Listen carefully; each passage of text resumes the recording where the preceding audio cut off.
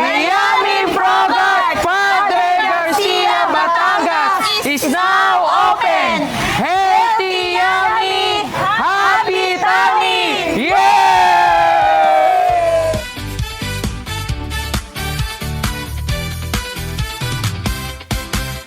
Lasa, pantamis, ramdam ang saya sa bawat Frogurt. Cool na, healthy pa. Hello guys! So by the way, my name is Sonia Naliatan Sindon and I'm the owner of the Yummy Frogurt. So ang good news, andito po tayo sa Padre Garcia para syempre i-assess yung ating bagong franchisee po ng The Yummy Frogurt.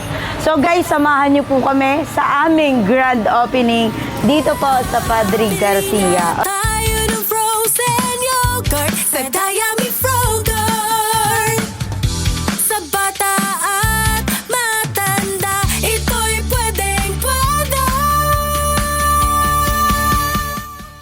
Time na nagpapahinga ako, nag-scroll ako sa aking Facebook at nakita ko siya.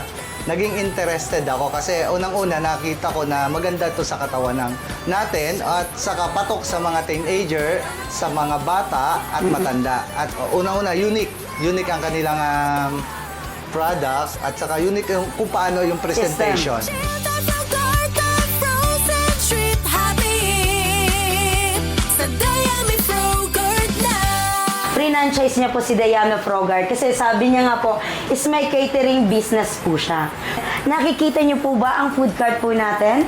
So itong food cart po natin, once si Sir Edward ay mag-e-event siya or may catering po siya, is ang good news, pwede niya po itong mag-bitbit. Healthier chill, happier you and me. Pag bumili ka nito, di sayang ang money. Paano po ba ang papromo po ng ating The Yummy Frogurt? Actually, nakakagulat kasi good for 1 year supply po ng The Yummy Frogurt.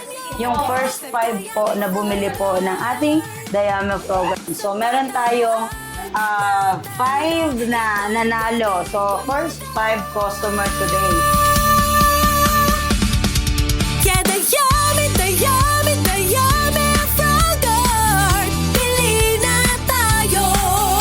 Try it, believe it. Yogurt delicious na talagang panalo. Yeah, the yummy